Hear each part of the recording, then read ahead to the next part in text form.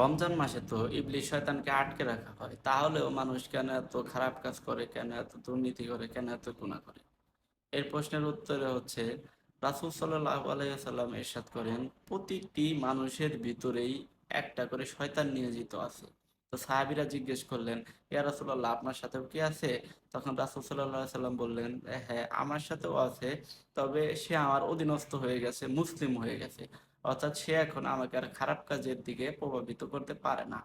তো আমাদের মাঝে, সাধারণ মানুষ যারা আছে, আমাদের মাঝে যে শয়তানটা নিয়োজিত আছে, আমরা যদি ওই শয়তানের অধীনস্থ হয়ে যাই, তাহলে আমরা এই রমজান মাসেও বিভিন্ন খারাপ কাজে লিপ্ত হয়ে যাব। অর্থাৎ সব গুনাই যে শুধু ইবলিশ শয়তানের দ্বারা হয়, বিষয়টা এমন না।